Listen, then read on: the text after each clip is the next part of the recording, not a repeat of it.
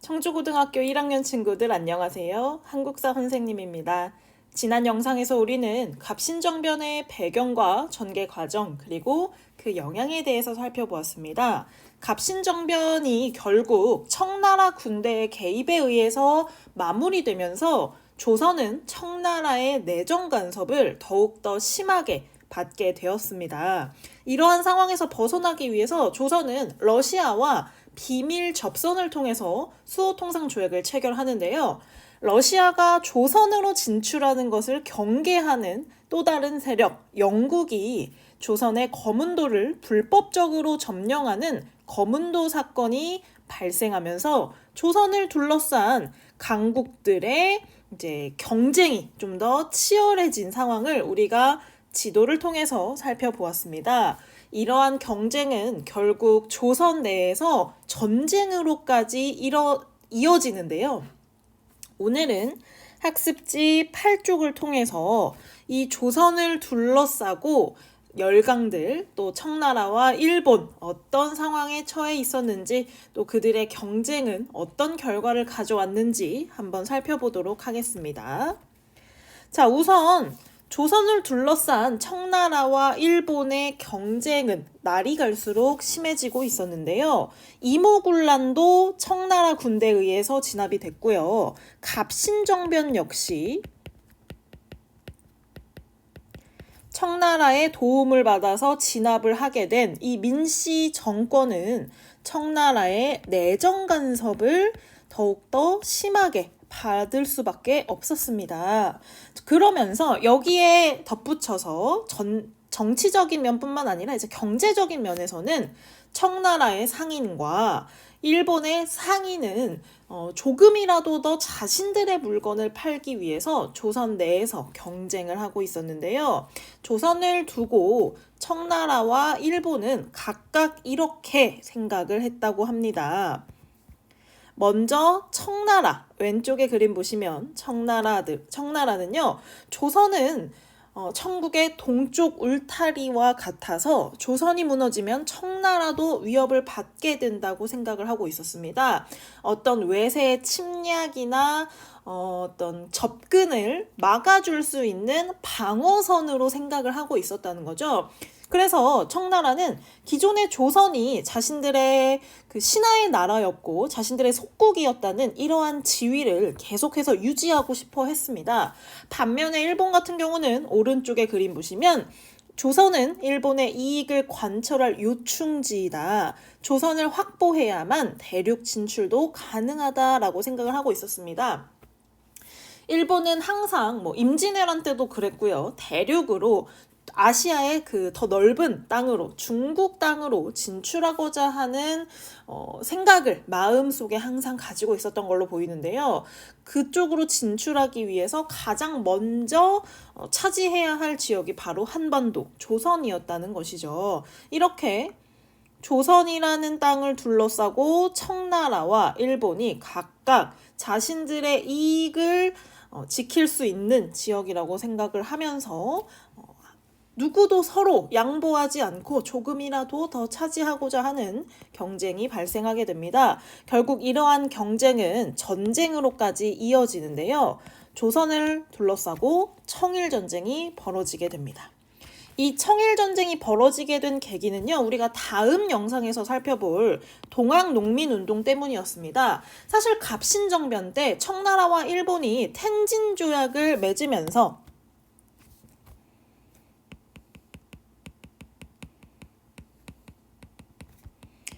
이 텐진조약에서 청나라와 일본의 군대를 모두 조선에서 철수하기로 했잖아요. 철수를 하고 다만 앞으로 조선의 군대를 보낼 때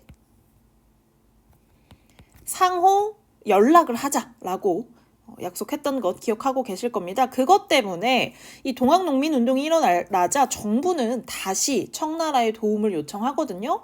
그래서 청나라가 조선에 군대를 보내기 전에 일본한테 텐진조약 때문에 우리가 이제 조선에 군대를 보낼 것이다 라고 연락을 하자 그 연락을 받은 일본 역시 조선에 군대를 파병하게 되고 이 조선을 이때 청나라의 영향력에서 아예 손을 떼게 해야겠다. 청나라가 조선을 더 이상 자신들의 신하처럼 생각하지 못하게 해야겠다라고 마음을 먹은 일본은 청나라 군대를 기습 공격해서 조선 땅에서 전쟁이 벌어지게 되는 겁니다.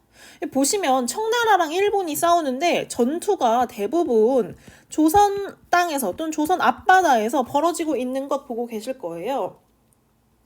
그러면서 결국 이 청일전쟁은 일본의 승리로 끝나게 됩니다. 그리고 이 승리를 약속으로 문서화시킨 것이 바로 시모노세키 조약인데요. 일본의 시모노세키라는 지역에서 체결된 조약인데 이 조약의 내용을 보시면 우선 청나라가 일본에 패배했기 때문에 일본에 배상금을 지급하고 타이완, 지금의 이제 대만이죠. 대만 섬과 랴오둥 반도를 일본에 줄 것을 약속하게 됩니다.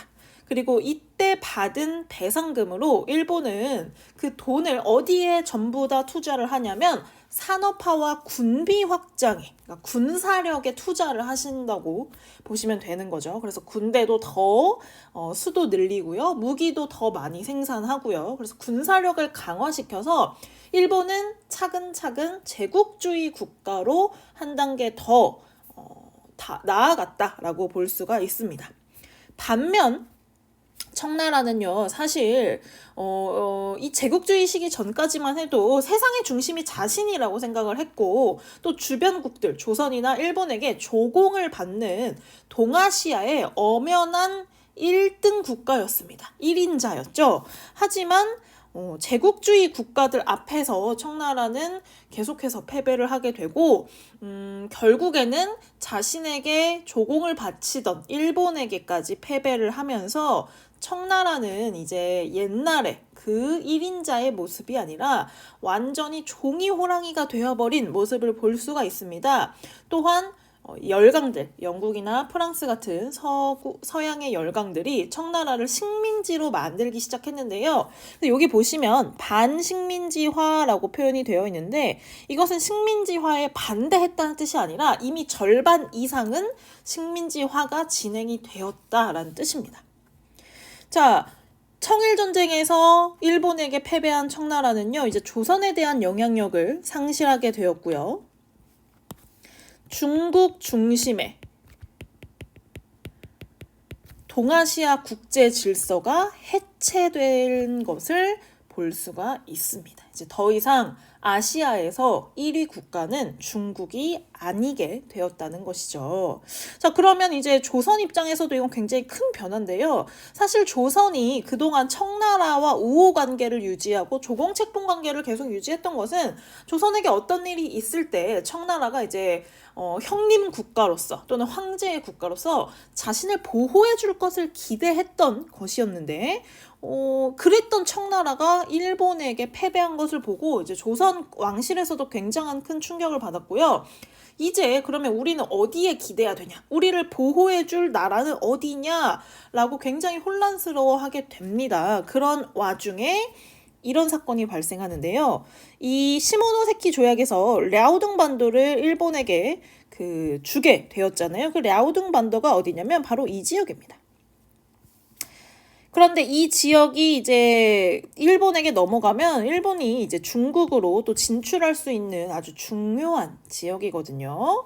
그래서 이것에 반대한 러시아가 일본의 랴오둥 반도를 확보하는 것에 반대한 러시아가 프랑스와 독일과 함께 손을 잡고 그 랴오둥 반도를 다시 청나라에게 돌려줄 것을 압박하게 됩니다. 말이 좋아서 압박이지 사실은 협박에 가깝죠. 우리의 이러한 요구를 들어주지 않으면 이제 러시아, 프랑스, 독일과 일본이 싸우게 되는 것입니다. 이 사건을 삼국 간섭이라고 하는데요. 왜 간섭이라고 표현을 하냐면 전쟁을 한 건 청나라와 일본이고 그 전쟁 결과에 청나라도 어쩔 수 없이 뭐 전쟁에 졌으니까 승복을 했는데 전혀 이 전쟁과 관계없는 제3국, 특히 이제 러시아 같은 또는 프랑스, 독일 같은 국가가 그 전쟁 결과에 불만을 품고 그 전쟁 결과를 이제 무효로 만드는 것이잖아요. 랴오둥반도를 돌려주라고 한 것이잖아요. 하지만 이제 일본 입장에서는 이것을 또 전면적으로 반대할 수는 없는 상황이었습니다. 왜냐하면 러시아가 그 당시에는 일본보다 더 큰 강국이었고 러시아 혼자만 있는 것도 아니고 프랑스와 독일이 또 함께 있기 때문에 그래서 일본은 랴오둥반도를 돌려주고 대신에 이제 배상금을 조금 더 받게 됩니다. 그 배상금을 또 어디다 다 투자했다고요? 군사 확장에 투자를 하게 됩니다. 자, 이러한 상황을 보고 있던 조선은 청나라는 일본에 졌지만 일본보다 더 센 나라가 있구나. 바로 러시아구나 라고 생각을 하면서 그렇다면 우리는 이제 러시아랑 친하게 지내야겠다. 칠러 정책을 주도하게 됩니다. 당시 정부의 이제 중심 인물이었던 명성황후와 그의 이제 가족들, 친척들이 이제 칠러 내각을 구성을 하게 되는데요. 일본은 이렇게 되면 기껏 전쟁까지 해가지고 청나라에게서 조선을 빼냈는데 이제 러시아가 다시 등장해서 차지를 한다면 약간 이런 표현 어떨지 모르겠지만 죽 써서 개줬다. 이렇게 또 느낄 수 있잖아요. 그래서 이것을 막기 위해 조선이 러시아와 더 가까워지는 것을 막기 위해 정말 극단적인 방법을 선택합니다. 당시 이제 칠러 내각의 중심 인물이었던 칠러파의 중심 인물이었던 명성황후를 시해한 사건이죠. 바로 이 사건이 뭐다? 을미사변이다. 자, 을미사변으로 고종은 자신의 부인을 궁궐에서 살해당한 것을 똑똑히 지켜볼 수밖에 없었습니다. 하지만 고종은 그 당시에 아무것도 할 수가 없었죠. 결국 고종은요, 계속해서 이제 자신도 자신의 부인처럼 죽을 수도 있을 거라는 그런 공포에 사로잡혀서 지내다가 아관파천을 단행하는데요. 더 이상 이 궁궐에 살 수가 없다. 나를 지켜줄 수 있는, 나를 보호해줄 수 있는 곳으로 이제 피신을 해야겠다라고 해서 간 곳이 어디다? 러시아 공사관으로 피신을 하게 됩니다. 이것을 우리는 아관파천이라고 하는 것이죠. 자, 그렇게 되면 이제 지금 조선의 국왕이 러시아의 보호를 받게 되는 거잖아요. 그러면 러시아의 영향력이 더욱 커질 수밖에 없겠죠. 조선이 이제 러시아의 요구를 거부할 수 있는 힘이 없어지는 겁니다. 왕을 보호하고 있으니까요. 그래서 이제 러시아가 원하는 대로 각종 이권들을 넘겨주게 되고 이제 청나라가 없어지니까 조선을 둘러싸고 러시아와 일본이 경쟁을 하게 됩니다. 그 경쟁의 결과는 다시 한번 전쟁으로 이어지게 되는데요. 이 러일 전쟁은 또 누구의 승리로 끝났을지 이제 다음 영상에서 조금 더 자세히 이런 과정에 대해서 살펴볼 건데요. 오늘의 내용은 간단하게 정리하면 이겁니다. 조선을 둘러싸고 청나라와 일본이 경쟁했다. 그 경쟁의 결과로 청일전쟁이 일어났는데 그 청일전쟁에서 일본이 승리하면서 조선에 대한 영향력이 조금 더 커지게 됩니다. 그러자 조선은 여기서 벗어나기 위해서 러시아와 손을 잡게 되고 다시 조선을 둘러싸고 일본과 러시아가 경쟁을 하게 되고 러일 전쟁이 벌어지게 되었다. 이 과정 살펴보시면 좋을 것 같고요. 여러분 교과서에 연표로 또 잘 정리가 되어 있어요. 이 연도를 하나하나 이게 몇 년도 몇 월이었는지 표시를 해놓은 건데 연도와 월까지는 외우지 못해도 이 순서는 꼭 기억을 해두셨으면 좋을 것 같습니다. 자, 오늘 영상 여기서 마치고요. 다음 영상 학습지 9쪽에서 만나도록 합시다.